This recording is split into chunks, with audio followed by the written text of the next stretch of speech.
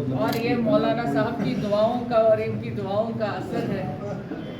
आपकी जो रजौरी पर खास तवज्जो थी कि उसका नतीजा है। चलो अल्हम्दुलिल्लाह आप कह रहे हैं तो ये मानो हमारे ये लिए जो बड़ी तालीम बात है है। ये Ground! We want playground! We want playground! We want playground! We want playground! We want high school! है अभी थोड़े से रह गए हैं, वो भी हम कंप्लीट करेंगे। आपके सामने ही रजौरी का मीडिया को मैं ज़्यादा शुक्रिया अदा करूंगी। आपने हमेशा पॉजिटिव वे में हमारी बात आगे बढ़ाई और लोगों में अवेयरनेस की कि वक़्फ़ असल में क्या है, और यहाँ की सोशल जो ऑर्गेनाइजेशंस हैं उनका भी शुक्रिया अदा करूँगी। और यही कहूँगी कि हम सबों को साथ मिलकर कौम का भी और इस मुल्क का भी और अपने जम्मू कश्मीर की डेवलपमेंट में साथ देना है, यही हमारा फ़र्ज़ है। और वक्फ को आगे बढ़ाना ये हमारा अवलीन मैम, आज आपका कोलकाता का दौरा है, किस तरह का इफ्तिताह वहाँ पे किया?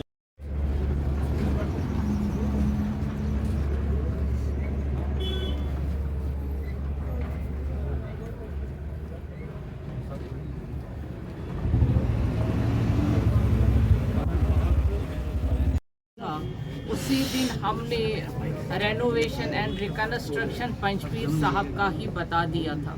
आज आपके सामने इसका जो इनॉग्रेशन, हम सब यहाँ पर मौजूद हैं। हमारे यहाँ के एडमिनिस्ट्रेटर मीर साहब, हमारे फॉर्मर मिनिस्टर जुल्फ़िकार चौधरी साहब जो यहाँ हमारे साथ हैं, मौलाना फ़ारूक साहब, और हमारे बीजेपी के यहाँ के प्रेसिडेंट और बाकी जो हमारे यहाँ के मुअज़्ज़ज़ लोग हैं, इस खुशी में शामिल हैं। क्योंकि जब से जम्मू कश्मीर वक्फ बोर्ड बना, हमारा सिर्फ ये मकसद रहा कि जम्मू कश्मीर में जहाँ कहीं पे भी, चाहे रजौरी पूंछ है, कश्तवाड़ है, जम्मू है, कश्मीर है, जहाँ हमारी दरगाहें हैं, मस्जिदें हैं जो वक्फ के अंडर आती हैं, उनकी रिकन्स्ट्रक्शन और नए सिरे से उनको खूबसूरत बनाना, ये हमारा अवलीन फ़र्ज़ है और हमारा काम है।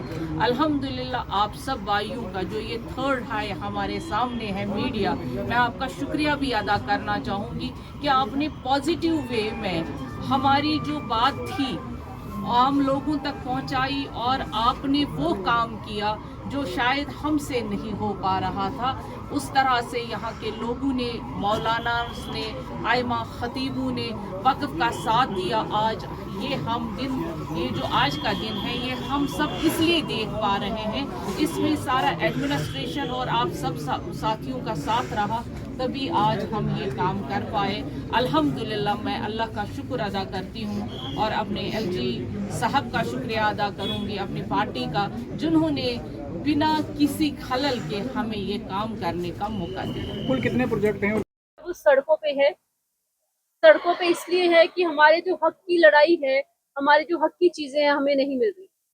हम सड़क की बात करें, हम पहले भी एक बार प्रोटेस्ट कर चुके हैं, बहुत ही आराम से, हमने किसी को कोई डिस्टरबेंस नहीं करी थी। हमने कहा था हमारी सड़कों को दुरुस्त किया जाए, हमें मेंटेनेंस दी जाए। लेकिन यहाँ का क्या बोलूं, एक्सियन को मैंने हाईलाइट किया था कि प्लीज आप किसी भी तरह हमें सड़कें दें, क्योंकि आए दिन यहाँ एक्सीडेंट हो रहे हैं, हमें चलने का राह नहीं है। हम आपको अपनी क्या बताएं, रात को एक्सीडेंट होते हैं, हमारा नौजवान बेचारा रोज सड़कों को दुरुस्त करने के लिए कभी कंकरा डाल रहा है, कभी कुछ कर रहा है, हर तरह की मुशक्कत कर रहा है। लेकिन यहाँ का एडमिनिस्ट्रेशन और यहाँ का जो एक्सियन है वो बिल्कुल सोए हुए हैं। उनको, वो चाहते ही नहीं कि हम लोग आराम से सुकून से जी पाए। दूसरी हमारी डिमांड जो थी बहुत ही जेन्युइन है, प्ले ग्राउंड, जिसपे हमने पिछले 6-8 महीनों से वीडियो ऑफिस के चक्कर लगा लगा के हमारी चप्पलें घिस गई हैं, लेकिन उनके कान पे जू नहीं रेंगी है। हमने बहुत ही डेकोरम से, बहुत ही तरीके से अपनी बात रखी, एक लीगल तरीके से हम चले हैं, लेकिन उन्होंने उस पर कोई ध्यान नहीं दिया। वो आज का कल, कल का परसों, परसों का चौथ, ऐसे करते करते हमें पिछले 6 महीने से हमें चक्कर पे चक्कर लगा रहे। तीसरी हमारी डिमांड थी हमारा स्कूल, एक ऐसा स्कूल जिसको पिछले 40 सालों से अपग्रेड नहीं किया गया। क्यों 10 साल का बच्चा उठ के शहर में जाए? यहाँ अगर हमारे पास प्रोविजन है, हमारे पास फैसिलिटी है, तो उसका हम क्यों नहीं इस्तेमाल करें? क्यों हमारा बच्चा सुबह मुशक्कत करे, सर्दी हो, बारिश हो? आपको पता है 10 साल में सड़कों की वो हालत है कि बच्चे इतनी मुशक्कत से उनके लिए पढ़ाई करना एक तपस्या से ज्यादा हो गया। तो मैं हाथ जोड़ के अपनी पूरी आवाम की तरफ से, अपने पूरे दस्सल वासियों की तरफ से एडमिनिस्ट्रेशन को, प्लस यहाँ के जितने भी एक्सीडेंट हैं, चाहे वो रोड के हैं, पानी के हैं, और चाहे हमारे स्कूल का मसला है, मैं बोलूंगी कि उसको जल्द से जल्द हल किया जाए। कि दरअसल के यूथ को सड़कों पे उतरना पड़ा। हमारी जो स्ट्राइक है वो पीसफुल स्ट्राइक है। एक बार हमने पहले भी स्ट्राइक की थी, वो भी पीसफुल की थी, इस बार भी कर रहे हैं, ये भी पीसफुल कर रहे हैं। और अगर इस बार हमारे जो मैम ने काम बताए वो नहीं हुए तो सभी के काम है, सिर्फ हमारे काम नहीं है। अगर हमारी रोडें अच्छी हो यहाँ पे, क्यों डेली किसी के एक्सीडेंट हो यहाँ पे, क्यों लोग गिरे यहाँ पे। मैम ने जैसे बताया कि हाई स्कूल 40 साल हो गए यहाँ पे, मिडिल की है। क्या हम बैकग्राउंड में रहते हैं? क्या हम सिटी में नहीं रहते? हमारे लोग बच्चे यहाँ से 8 बजे 9 बजे स्कूल लगता है, 7:30 बजे घर से निकलते हैं, 1.5 घंटा लगा के यहाँ से वो पार मंडी में स्कूल पहुंचते हैं, पैदल यहाँ से जाते हैं। क्या उनके पास इतना किराया नहीं है उनके पास कि वो यहाँ से टेम्पो में बैठेंगे या गाड़ियों में बैठेंगे और स्कूल मंडी में जाके स्कूल पढ़ेंगे बच्चे? लोगों के पास इतना टाइम नहीं है। मेरी यही डीसी साहब से गुजारिश है, और मुझे लगता भी है कि वो ये काम पक्का हमारी आवाज सुन के करेंगे। जो हमने उनके साथ छोटे छोटे ये अपने जो इनिशिएटिव रखे हैं ये काम करेंगे। और एक प्ले ग्राउंड का इशू भी है, जैसे रोड का इशू हो गया, स्कूल का भी हो गया, प्ले ग्राउंड का इशू है। डीसी साहब ने काफी टाइम पहले भी ये इनिशिएटिव लिया था कि ड्रग्स से दूर करने बच्चे। ड्रग्स से दूर तभी होंगे जब बच्चों को प्ले ग्राउंड मिलेगा, खेलने का टाइम होगा, ग्राउंड होगा खेलने के लिए। अगर ग्राउंड ही नहीं होगा तो बच्चे नशे की तरफ जरूर जाएंगे, ड्रग्स में इन्वॉल्व होंगे और वो गलत साइड जाएंगे।